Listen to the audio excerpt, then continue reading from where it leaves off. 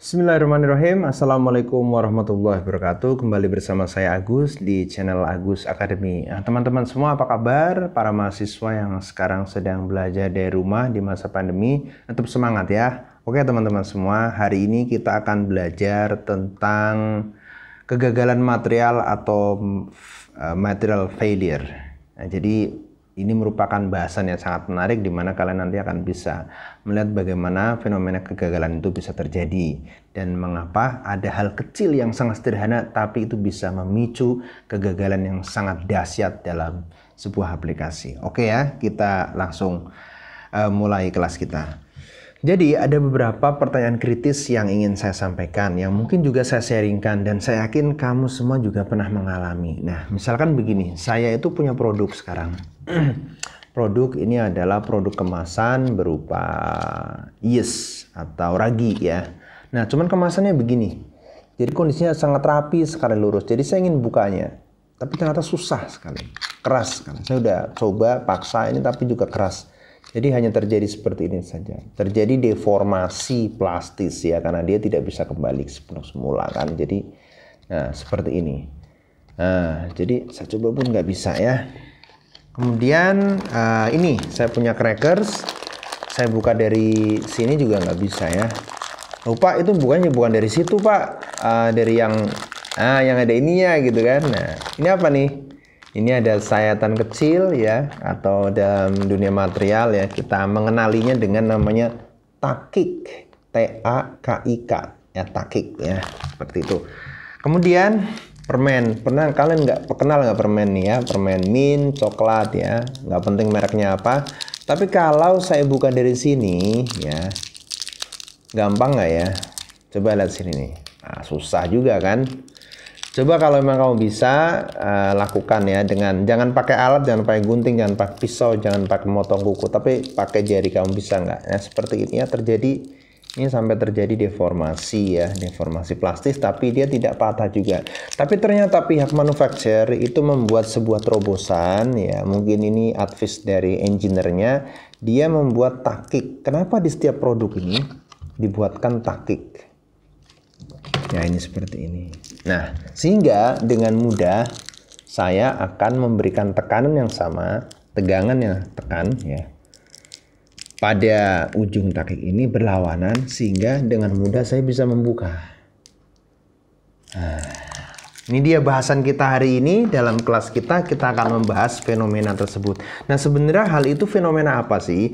Hanya dengan sayatan kecil atau takik di tepi akan mempermudah perobekan bungkus plastik. Baik itu isinya kacang-kacangan, crackers, atau permen, atau apapun. Coba cek produk-produk yang pernah kamu pegang, pasti ada dua sisi. Sisi yang rapi dan kemudian ada sisi yang bergerigi seperti ini atau bertakik seperti ini. Tujuannya untuk mempermudah dalam pembukaan atau perobekan kemasan. Sehingga kita dengan mudah, tanpa alat bantu, kita mendapatkan isi produk tersebut. Nah, teman-teman semua, ternyata fenomena ini terkait dengan salah satu prinsip dasar mekanika fracture. Apa itu? Di mana tegangan tarik yang diterapkan diperkuat di ujung sayatan atau takik kecil, sehingga dengan mudah kita bisa mendapatkan produk dari kemasan tersebut. Ya, itu masalahnya. Oke, kemudian pernah nggak ingat mengenai kapal yang zaman Perang Dunia Kedua yang hancur bagi dua ya, Liberty Ship. Ya, kenapa masalahnya? Di sana ada satu problem dalam material ya. Nah, ada juga satu problem yang dialami oleh sebuah kapal tanker yang mengalami retak, terjadi fenomena brittle fracture yang menjalar secara keseluruhan dalam lambung kapal tersebut. Kejadian ini berawal dari apa coba? Berawal dari sebuah takik kecil pada salah satu bagian lambung kapal. Saat kapal tanker itu diterjang ombak di laut, tegangan yang dihasilkan menjadi diperkuat di ujung takik atau cacat ini pada tingkat di mana retakan terbentuk dan memanjang dengan cepat. Jadi dengan mudahnya menjalar. Nah, seandainya tidak ada takikan tersebut, maka tidak ada konsentrasi tegangan pada takik tersebut. Yang terjadi pada perobekan ini kan terjadi konsentrasi tegangan, sehingga dengan mudah dia terjadi fracture. Nah, apalagi kalau tegangan saya teruskan, tapi kalau saya hentikan ya sudah, dia tidak jadi patah. Artinya sampai dengan limitnya gitu kan. Nah, sampai dengan limitnya dan dia bisa masih mampu menahan sampai dengan toughness point ya. Lepas itu terjadi fracture kan begitu kan kalau kita melihat diagramnya, diagram stress and strain seperti itu. Jadi itu sampai melewati batas dari toughness sebuah material sehingga dia terjadi patah. Nah, itu pun terjadi pada kapal tanker tersebut. Nah, adanya tangki tersebut kemudian dipicu juga dengan adanya adanya satu beban fatigue. Beban fatigue yang bekerja pada kapal tersebut adalah adanya ombak yang bolak-balik memberikan tekanan lagi, tekanan yang terus-menerus setelah perjalanan itu sehingga membuat cacat itu semakin meningkat dan merambat ke seluruh bagian lambung kapal tersebut sehingga akhirnya jadi patah. Dan apa yang terjadi, kapal tanker tersebut patah menjadi dua dan ini menjadi sebuah cerita tersendiri karena kapal yang begitu besar bisa hancur dan patah menjadi dua dan bahannya nggak main-main, menggunakan bahan steel kan yang sangat terkenal dengan keuletannya dan kekuatannya. Kemudian pernah juga ada pesawat komersial Boeing 737-200 dari Aloha Airlines penerbangan nomor 243 mengalami ledakan dekompresi dan kegagalan struktural pada tanggal 28 April 1988. Kalian bisa cek di Google ya. Kejadian Aloha Airlines penerbangan 243 ini menjadi berita tersendiri. Di mana investigasi kecelakaan menyimpulkan bahwa penyebabnya adalah kelelahan logam yang diperburuk oleh adanya korosi celah atau crevice corrosion. Dan ini jadi menarik ya. Jadi lagi-lagi berdasarkan dari kelelahan logam, kemudian ada crevice corrosion. Apa itu maksudnya crevice corrosion? Dia terjadi celah korosi ya. Celah itu seperti ini akhirnya membentuk sebuah taki. Nah, jadi karena beban kemudian karena juga mobilitas dari pesawat tersebut memungkinkan dia terjadi kegagalan material, apalagi ada kompresi dan dekompresi. Pesawat dioperasikan di pantai, lingkungan yang lembab dan asin. Siklus tegangan badan pesawat akibat kompresi dan dekompresi ruang kabin selama penerbangan ya, itu menjadi pemicu berikutnya.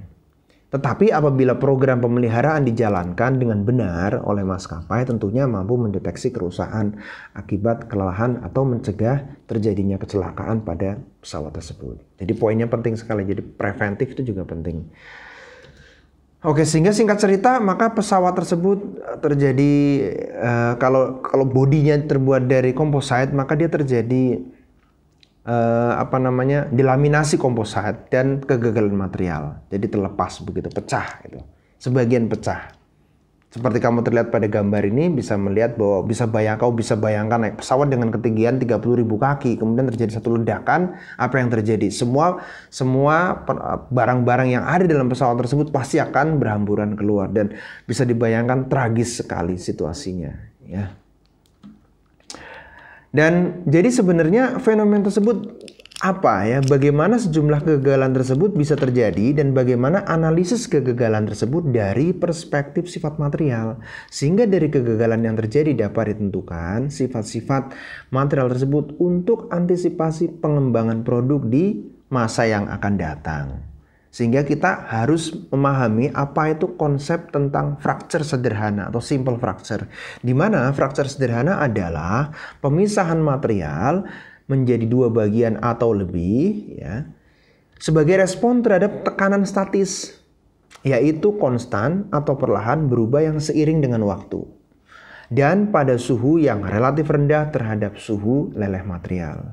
Fracture juga bisa terjadi dari kelelahan atau fatigue yang dialami oleh material tersebut. Fatigue itu adalah gerak bolak-balik ya. Gerak bolak-balik yang dialami oleh material tersebut dan merayap pada fenomena deformasi, tentunya deformasi plastis ya.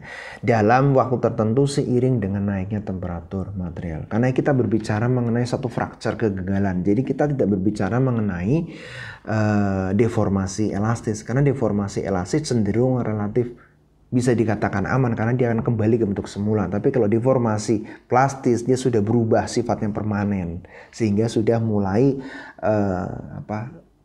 menyentuh dari batas-batas kekuatan dari bahan tersebut.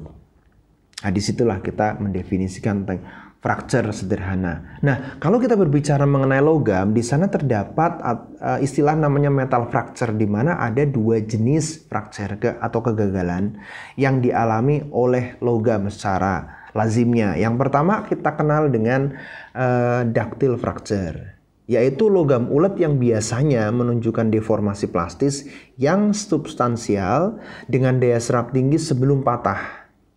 Hal ini tampak pada fisik material berupa necking atau bagian dengan diameter yang lebih kecil. Necking itu neck itu leher, necking berarti meleher, bentuknya berarti mengecil gitu ya. Jadi kalau ditarik begitu kan, nanti tengahnya dia akan mengecil, itu maksudnya. Nah, fenomena tersebut hanya ada pada ductile fracture. Kemudian yang kedua, fracture yang kedua kita kenali dengan namanya brittle fracture. Di mana brittle fracture adalah logam getas biasanya tidak menunjukkan deformasi plastis yang tinggi sebelum patah. Bahkan cenderung tidak ada deformasi plastis. Hal ini tampak pada fisik material ya, berupa tanpa necking. Oleh karena itu dari segi patahannya kita bisa melihat satu yang necking, satu tidak ada necking. Kalau untuk brittle fracture tanpa necking. Sekarang kita bahas lebih lanjut mengenai ductile fracture. Permukaan rekahan ulet ya itu menjadi ciri khas ya pada material tersebut, ciri khas pada makroskopis dan mikroskopis level. Kemudian fracture didahului dengan adanya proses necking ya, meleher tadi dengan proporsi yang sedang. Selanjutnya proses patahan biasanya terjadi dalam beberapa tahap sampai munculnya rongga kecil atau microvoid ya, terbentuk di bagian dalam penampang melintang yang terus membesar seiring beban yang diterima oleh material tersebut. Nah, jadi seperti itu. Jadi langkahnya ada 3 gitu kan ya, 3 langkah yang jelas yang saya jelaskan tadi. Necking dulu, kemudian munculnya microvoid ya. Microvoid ini nggak bisa kita lihat ya dengan mata telanjang kita, karena dia terjadi di dalam material tersebut. Jadi ada sampai dia membuat satu rongga-rongga kecil, sehingga rongga-rongga kecil karena terus ditarik ya, ada bebanan terus menerus ya terhadap spesimen tersebut, aplikasi tersebut, maka microvoid itu saling bersentuhan akhirnya sehingga melebar. Nah, itu maksudnya. Jadi ketika melebar itu maka dia akan mulai rongganya semakin besar. Selanjutnya seiring deformasi berlanjut, microvoid ini membesar bersama dan bergabung membentuk retakan elips yang memiliki sumbu panjang tegak lurus ke arah stresnya. Retakan terus bertumbuh ke arah sejajar sehingga terjadi proses penggabungan microvoid pada struktur mikromaterial. Ingat ya, pada struktur mikromaterial, sehingga kita nggak bisa lihat fenomena tersebut. Akhirnya fracture terjadi oleh perambatan cepat dari retakan di sekeliling luar leher, deformasi guys. Deformasi. Sehingga akhirnya dia semakin besar, semakin lebar ya. Arahnya tegak lurus ya, tegak lurus dengan tegangannya begitu kan. Sehingga akhirnya dia semakin lebar dan terjadi patah atau fracture. Nah, sepanjang belum dia patah, dia masih dalam batas yang mampu diserap oleh material tersebut, sehingga toughness ya tadi ya, ketangguhan. Tapi ketika lewat di batas itu, maka dia sudah fracture, patah. Kemudian cirinya bagaimana untuk ductile fracture ini? Jadi untuk ductile fracture ya, patahan memiliki kontur permukaan yang khas itu ya, yang khas yaitu berupa rekahan cup and cone, adanya cup and cone. Jadi kok cup and cone, Pak? Cone kayak es krim cone, Pak. Ya memang seperti itu gitu, bentuknya seperti cone. Ya, cone cangkirnya es krim itu kan. Karena salah satu permukaan patahan berbentuk seperti cangkir, dan satunya lagi seperti kerucut. Jadi kan berdua tadi kan ditarik dan patah, satu cup and cone begitu. Pada spesimen rekan jenis ini, daerah interior tengah permukaan memiliki penampilan yang tidak teratur dan cenderung berserat. Hal ini merupakan indikasi terjadinya deformasi plastis pada material tersebut. Jadi kita bisa melihat dari fenomena ya, kalau ini bisa dilihat patahannya gitu ya. Ketika daerah patahan ductile fracture dilihat dengan mikroskop elektron, maka akan terlihat dimple ya. Dimple itu apa ya? Lubang-lubang kecil gitu ya, dimple ya. Dimple itu kalau orang senyum, pipinya ada bolongannya, nah itu namanya dimple itu, lesung pipit itu. Maksudnya begitu. Jadi itu pun terjadi fenomena pada material yang kalau kita tarik begitu ya.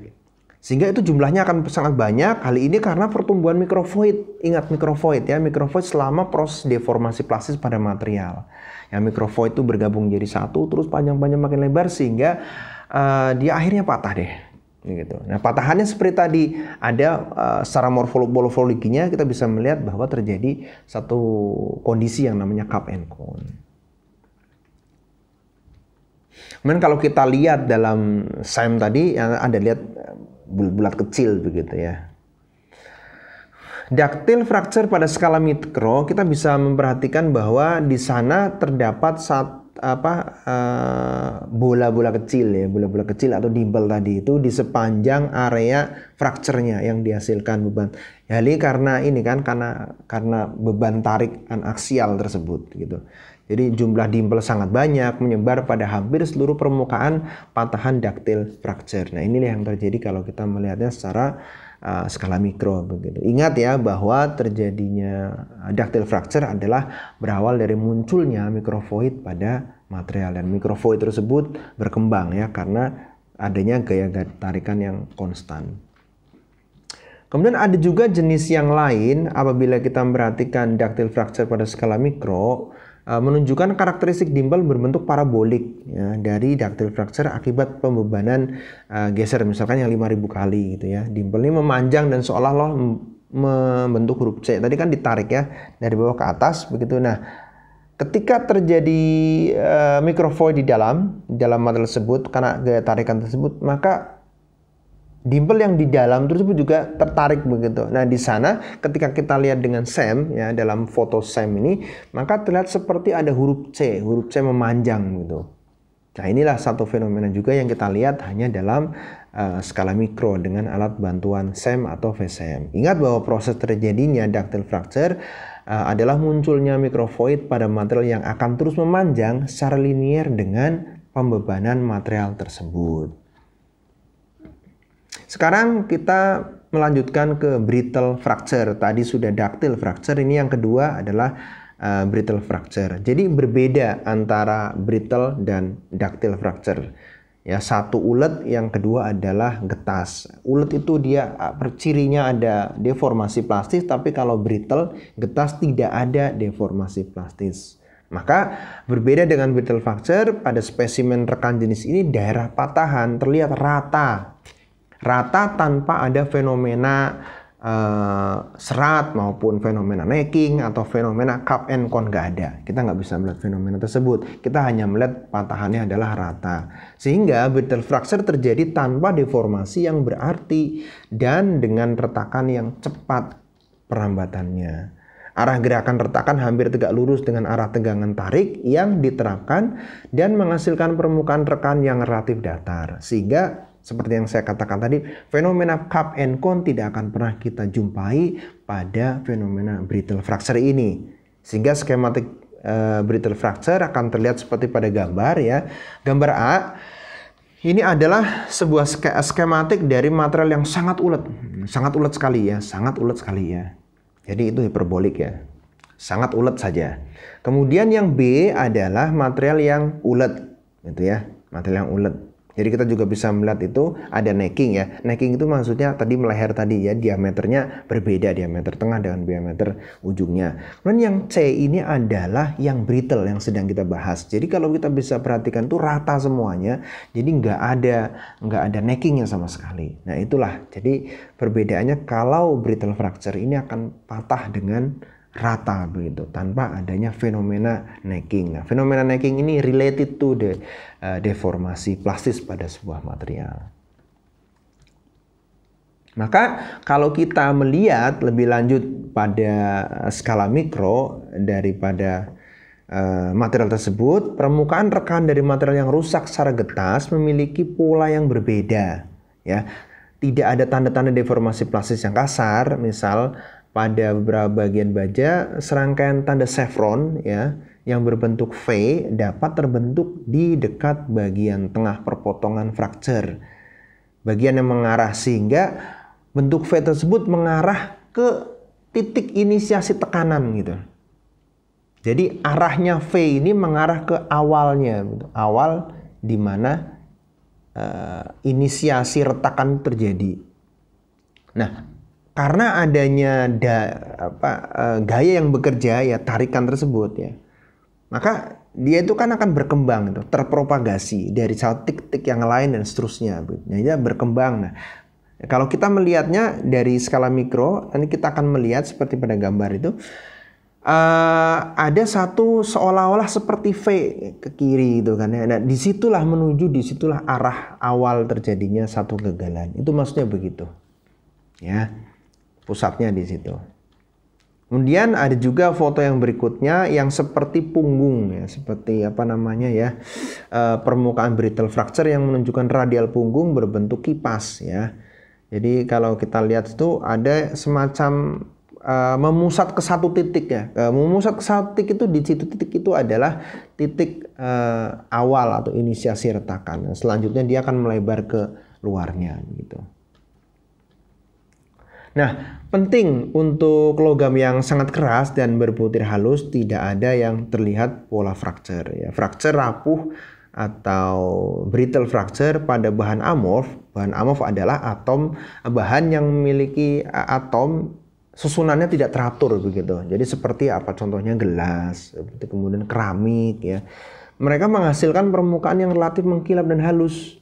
Untuk kebanyakan bahan kristal brittle, perlambatan retak sesuai dengan pemusatan ikatan atom secara berurutan dan berulang sepanjang bidang kristalografi tertentu. Nah, proses seperti ini juga disebut istilahnya pembelahan atau cleavage.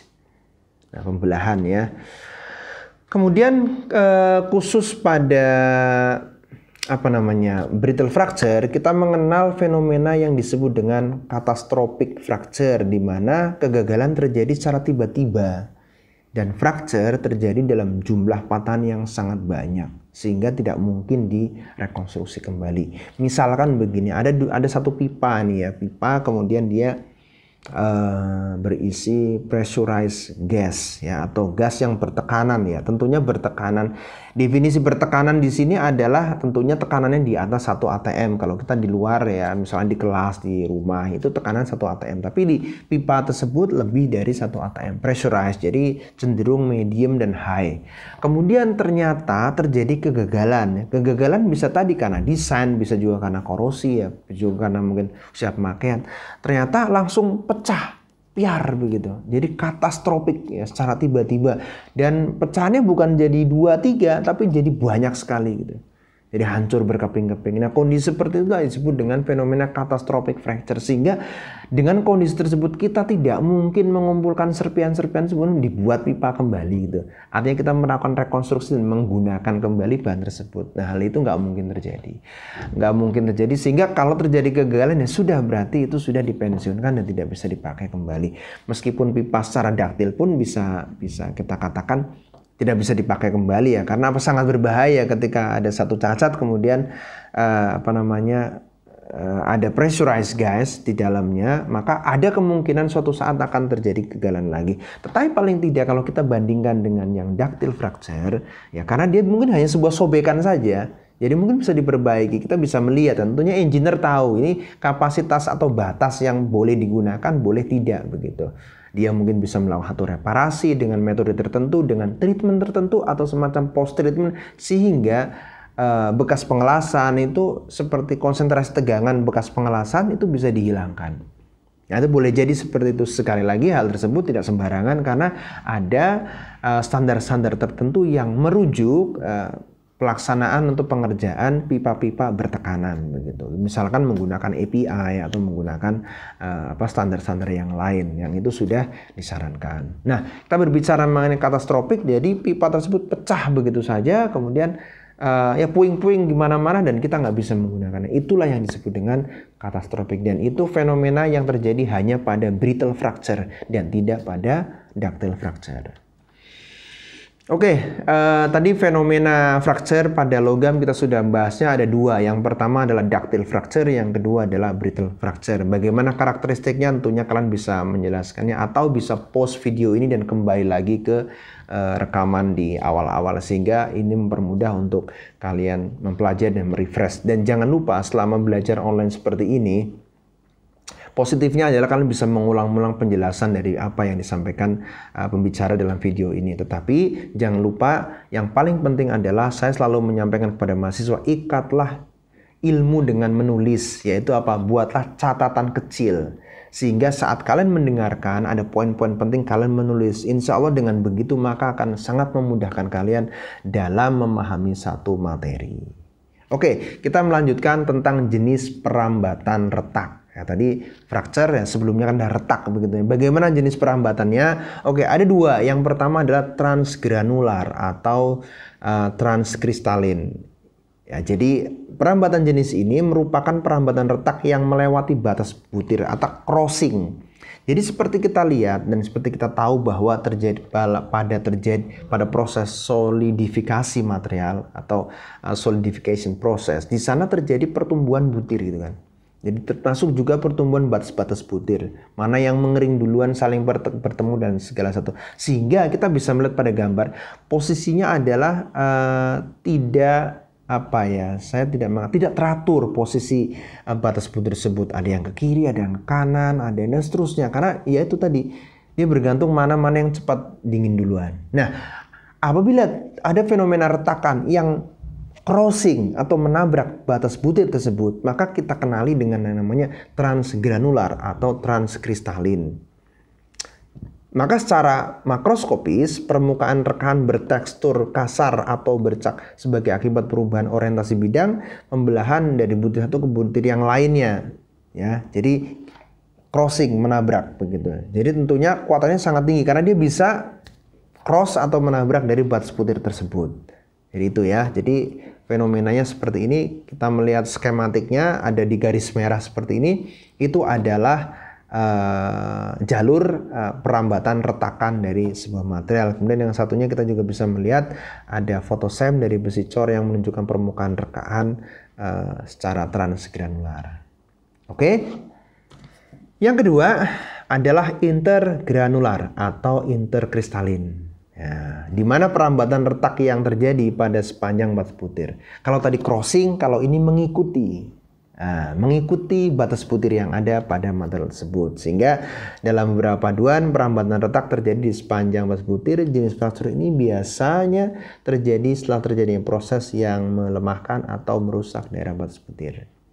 Jadi berbeda ya, kita lihat skematiknya di sini ya, ada orange, ini adalah posisi dari grain boundaries atau batas butir. Kemudian yang merah ini patch crack propagator atau adalah garis dari perambatan retak tersebut. Jadi kita bisa melihat tidak ada yang ditabrak di situ, tapi dia mengikuti terus batas-batas butir dari material tersebut.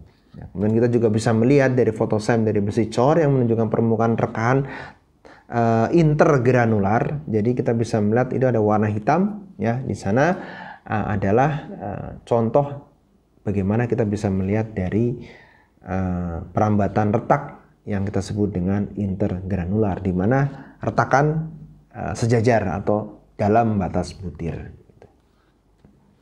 Oke, itu saja yang bisa saya sampaikan berkaitan dengan kegagalan material. Jadi sekali lagi penting sekali kalian bisa memahami bahwa ternyata fenomena yang sehari-hari dalam kehidupan kita itu sangat erat juga dengan bidang yang sedang kita pelajari, yaitu bidang material. Dan ternyata tidak menyangka bahwa hanya dengan membuat taki sederhana seperti ini bisa membuat hal yang sangat dahsyat. Dengan mudah kita bisa membuka kemasan permen ini, dan apabila seperti ini, taki seperti ini, ya, gerigi seperti ini terjadi pada material seperti kapal atau pesawat atau kendaraan bermotor atau apapun barang-barang atau peralatan-peralatan yang kita rancang, kita desain ya, dan terjadi di sana, maka di sana akan timbul konsentrasi tegangan yang bisa berpotensi menjadi kegagalan sebuah material.